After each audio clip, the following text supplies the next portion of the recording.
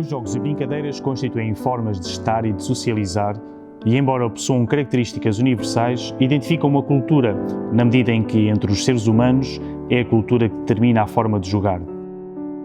Os papagaios de papel são objetos simples, mas com a magia e encanto para as crianças e adolescentes que, brincando, libertam a sua imaginação, voando para o mundo da fantasia, imaginando-se em voo, tal como o seu brinquedo.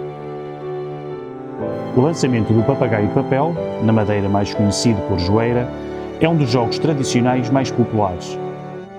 A partir de finais do século XX, com a chegada da internet aos lares familiares, as brincadeiras infantis mudaram muito. Antes desta era digital que estamos a viver, os objetos eram construídos pelas próprias crianças com a ajuda dos mais velhos e com materiais disponíveis no meio envolvente, utilizando a sua imaginação. Assim, estes brinquedos fazem parte do património lúdico da nossa cultura. A utilização do papagaio de papel é muito antiga e ocorreu em diferentes pontos do mundo. Por exemplo, na China, por motivos ligados à religião e à mitologia, ou mesmo para fins militares. Com o decorrer dos séculos, esse objeto chegou aos continentes africano e europeu. Em Portugal, foram introduzidos no século XVII por influência oriental, por motivos militares, mas também porque estes papagaios tinham o poder de alegrar e de entreter.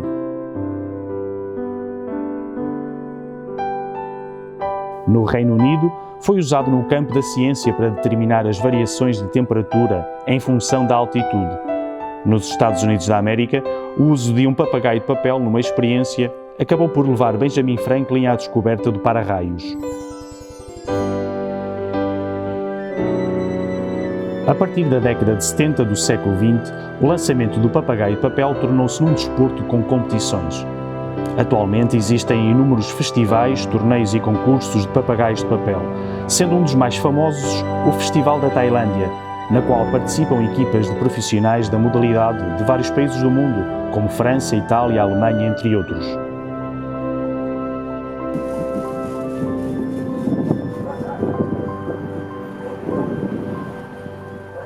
Para guardar memória deste objeto tão singular, alguns países edificaram museus onde existem vários modelos de papagaios de papel, bem como a demonstração do fabrico dos mesmos.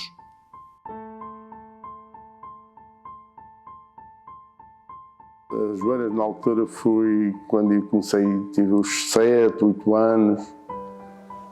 Eu fui as primeiras joeiras que eu comecei a levantar e fui com a iniciativa da minha mãe, que me ensinou todos os pormenores, passo a passo, como era feito, que era preciso 3 caninhas, com a cana vieira, era aberto em 3, e com essas 3 era feito em hexágono, desamarrado com o barbante toda à volta para segurar o papel, e era colado com milho, ou a semelha cozida.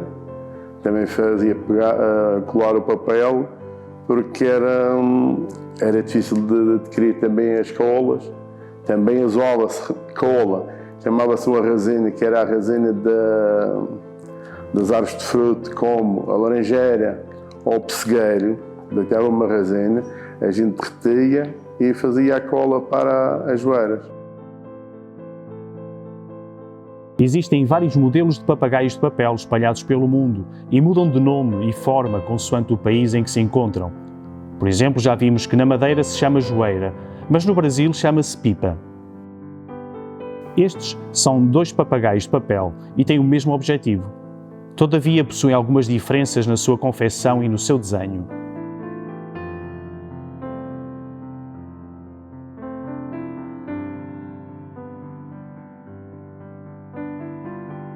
Quanto aos materiais necessários, estes são a cana, na madeira dita canavieira, barbante, ou seja, o fio, o papel de seda, cola, mas em tempos idos, não havendo cola, usava-se milho cozido ou semilha, batata, e ainda clara de ovo.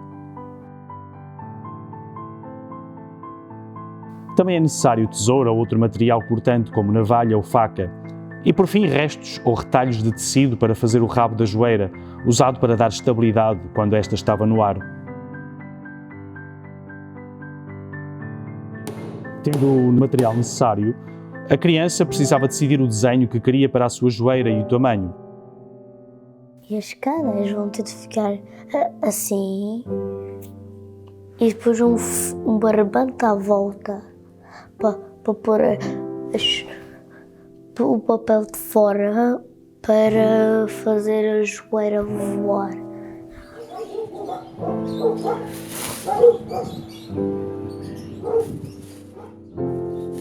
Os desenhos eram sempre geométricos, com formas específicas, como uma estrela, um hexágono, um bacalhau. Quanto ao tamanho, tinha a ver com o número de canas e com a experiência e a idade do jogador, pois quanto maior fosse a joelha, mais difícil era conseguir fazer o lançamento e mantê-la no ar. Nunca tinha visto uma joelha de uma forma tão estranha, como esta, ou tão grande. Não sabia que elas tinham sido tão grandes. Por fim, escolhiam as cores do papel e então começava-se na produção da joelha.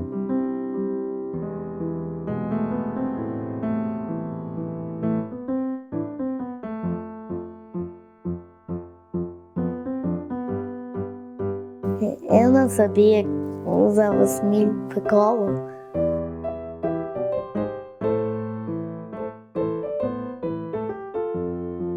O jogo da joelha podia ser um jogo individual, mas preferencialmente em grupo. Quando individual, brincavam muitas vezes nas suas casas, mas quando em grupo, procuravam um lugar mais apropriado, escolhendo um sítio mais ventoso, um espaço aberto, livre de árvores ou de casas, de modo a terem espaço suficiente sem o perigo das joelhas ficarem presas. Era um jogo que as crianças aprendiam com um adulto ou com colegas mais velhos. O facto de eu agora me recordar de chamar os familiares, às vezes nem pedia os meus primos para me ajudar, não me ajudavam, nem o meu irmão, e depois quando eles veio no ar, eles também vinham e tudo queriam pegar na joelha. Puta, não vai. Quando era para correr e armar e fazer, não, chegava com o pé. As crianças aprendiam a jogar este jogo entre os 7 e os 11 anos e só o deixavam depois de adultos. Eu lembro quando era criança, por volta dos 6, 7 anos, na altura das férias da Páscoa, o meu pai sempre fazia uma joelha, e porque era a tradição, já desde a altura dele, ele dizia que havia competições e tudo mais, só que na minha altura já víamos poucas. E portanto, desde as férias da Páscoa até as férias do verão, todos os dias, ao final da tarde, até porque os dias eram mais compridos, que sempre que o meu pai chegava e o vento permitia, nós alteávamos a joelha e eu ficava encantado de ver aquilo no ar, com o formato da estrela, e fazia muita confusão porque aquilo era feito com canas. Para mim, pequeno, parecia que era pesado, mas o vento levantava aquilo muito fácil e passávamos largos minutos ali a brincar com a joelha e eu ficava nervoso, porque às vezes o vento falhava e eu não tinha força para puxar o cordel, ficava com medo que aquilo caísse, como é óbvio, mas eram momentos muito bem passados e é pena que realmente hoje em dia já quase não se vê. E se não fosse o meu pai a manter essa tradição das joelhas, provavelmente nem eu nem os meus irmãos teríamos visto, porque raras foram as vezes realmente que eu vi joelhas.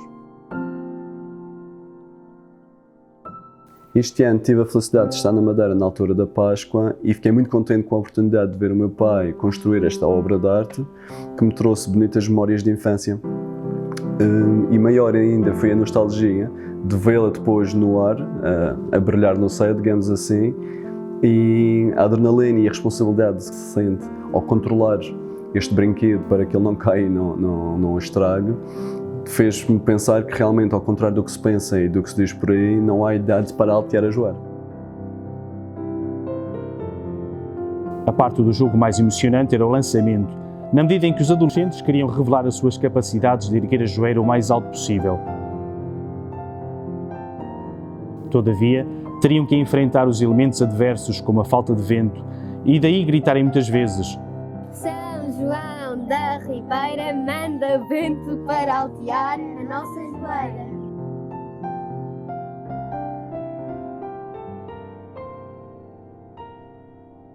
Era necessário que a criança ou adolescente se apercebesse de que lado estava o vento, pois era essencial para o seu sucesso. Por vezes, quando o jogador era iniciante, podia ter que suportar várias horas de espera para conseguir pôr a joelha no ar. Quando ela arrebentava sem levantar, já ficava triste, mas eu nunca ficava desanimado porque eu sabia fazer. E eu então continuava a fazer a reparação da joelha, então aproveitava também que quando tem sempre um pedacinho de vento, ela levanta. E depois era uma certa altura de 20 metros, 30 metros, aí era já fácil que apanhava mais vento. Ela, quanto mais barbante a gente tenha connosco num pau embrulhado, e a gente ia largando-se, ia subindo, quanto mais no ar chegava, depois ela ficava às vezes estabilizada, que nem era preciso a gente segurar, bastava amarrar às vezes num pau ou numa pedra de uma parede, e a gente às vezes chegava a brincar, deixava lá presa, ela ficava estabilizada, e quando ficava estabilizada era quando tinha a armação bem feita, a cauda, que a gente chamava o rodo, bem trabalhadinha e bem certinha, que às vezes muito maior já nem prestava. Quando era muito curta também nem prestava, porque ela às vezes andava mais às voltas. Quando era mais comprida, já estabilizava. Quando era muito comprida demais, também fazia para ele, já vinha para baixo. Era um jogo que exigia criatividade, empenho e muita paciência, até conseguir provar ser capaz de lançar um papagaio de papel, ou seja, de altear a joeira, mantendo-o no ar durante muito tempo.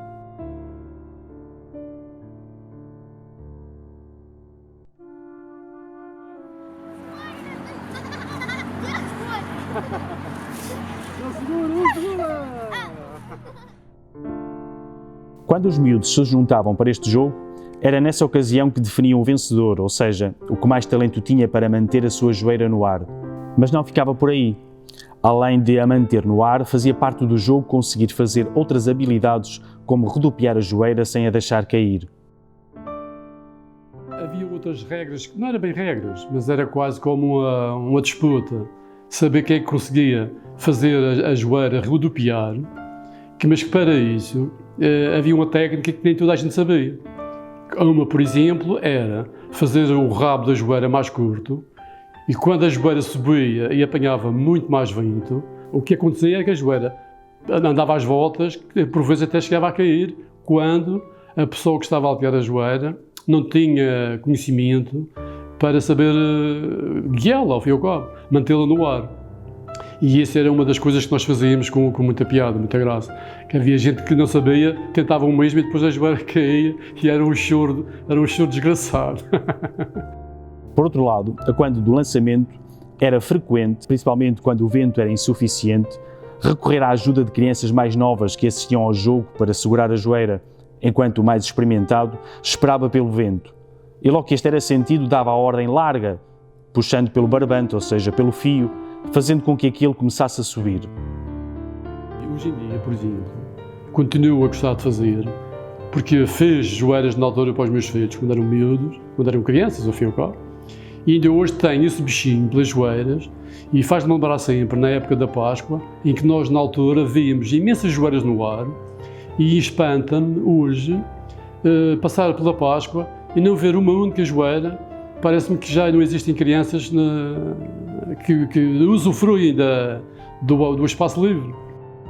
A imagem de uma joeira no céu é para várias gerações o recordar dos tempos de infância. Por isso, temos a obrigação de manter viva esta tradição, enraizada na memória da história e da cultura do nosso povo.